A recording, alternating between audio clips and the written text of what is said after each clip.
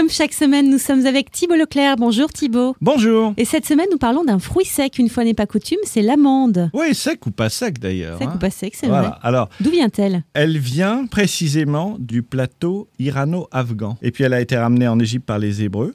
Et puis après, elle s'est développée sur l'Europe. Et les Romains considéraient notamment que les amandes, c'était le fruit de la fertilité. Et au moment des mariages d'ailleurs, ils jetaient des amandes sur les mariés et on a gardé ça. Et ça a donné la tradition des dragées. C'est vrai. Voilà. Alors, l'amande, c'est très bon pour la santé. Propriétés antioxydantes, des vitamineux, beaucoup d'oméga 3. Donc, vous avez très peu d'acides gras insaturés. Et vous pouvez utiliser l'amande un peu comme coupe-faim. Mais c'est pas trop calorique? Pas du tout. Vous embêtez pas. L'amande, c'est quelque chose qu'il faut privilégier dans votre alimentation. Alors, on dit l'amande sèche, elle n'est pas forcément sèche. Vous pouvez la prendre fraîche. Vous allez casser la coque. Vous pouvez garder ou pas la peau, ça dépend. Vous savez qu'il y a l'amande douce et l'amande amère. Alors l'amande amère, si vous en mangez beaucoup, c'est limite du poison. Mais enfin, le cas ne se produira pas parce que celle que vous allez trouver principalement sur les marchés, c'est l'amande douce, évidemment. Et alors fraîche, comment est-ce qu'on va l'utiliser? Vous pouvez l'utiliser en cuisine et notamment vous la concassez et vous avez pas mal de recettes, notamment les poissons.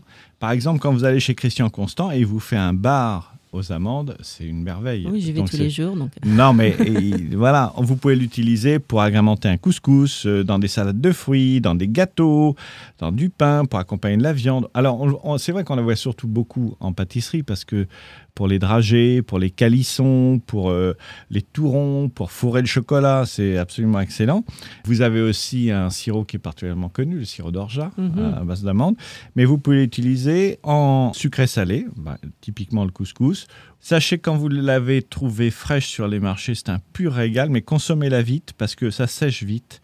Et puis si vous devez les conserver, vous les mettez dans un bocal hermétique si possible, à l'abri de la lumière. Et là, vous pouvez la garder quelque temps chez vous. Elle garde toutes ses propriétés, toute sa saveur. Eh bien, tout cela donne l'eau à la bouche. Merci beaucoup Thibault Leclerc. Pour retrouver toutes ces astuces et ces informations sur l'amande, rendez-vous sur le site www.terroirdechef.com. Merci et à la semaine prochaine. À la semaine prochaine.